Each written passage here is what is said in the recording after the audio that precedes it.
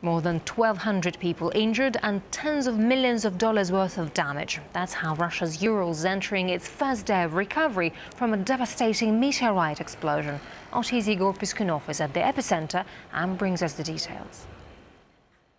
Thankfully, the night passed quietly and without any incidents in Chelyabinsk, since there were fears that more meteors were going to hit the area. Nothing of the kind happened, but the consequences of Friday's meteor are still quite a handful, and the main challenge for now is to repair the damage, especially all the broken windows in homes, since we are in the Urals. It's not exactly summer here, and overnight temperatures did drop way below zero, although authorities said that they've already managed to restore and repair around 1/3 of the damage. But it's not only about shattered glass. Lots of old buildings were damaged as well, like this factory there behind me, where parts of the wall and roof just collapsed, which is remarkable since we're around 100 kilometers, which is 60 miles away from where the meteor fell on Friday. The explosion was so powerful, NASA says it was equal to around 20 nukes dropped on Hiroshima. Thankfully, these explosions caused by the meteor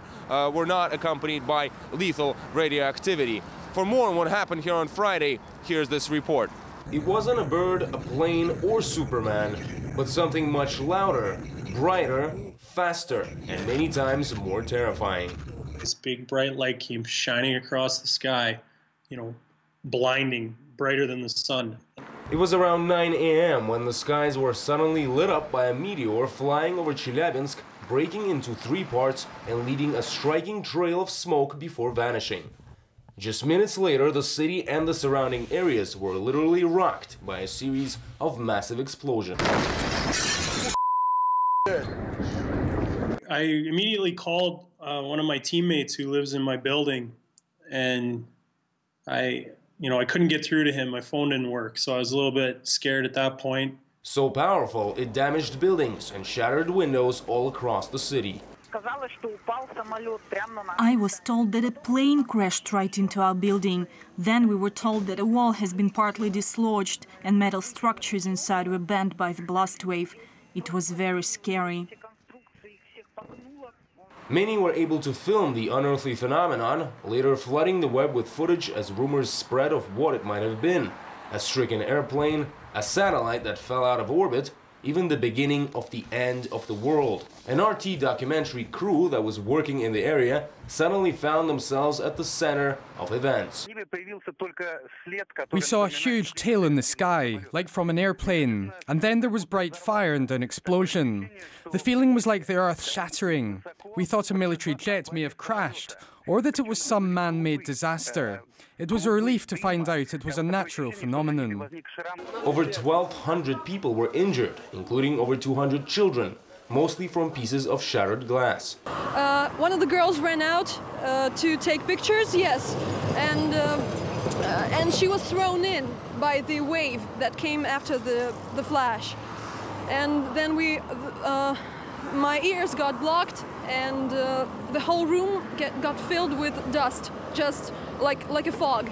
It's estimated the meteor's weight varied from 10 to 40 tons, and its speed of around 20 miles per second gave it a huge amount of energy and made it very difficult to detect in advance. There are telescopes and networks operated by NASA in the US and Roscosmos in Russia and the European Space Agency and others that are out there trying to detect and track asteroids.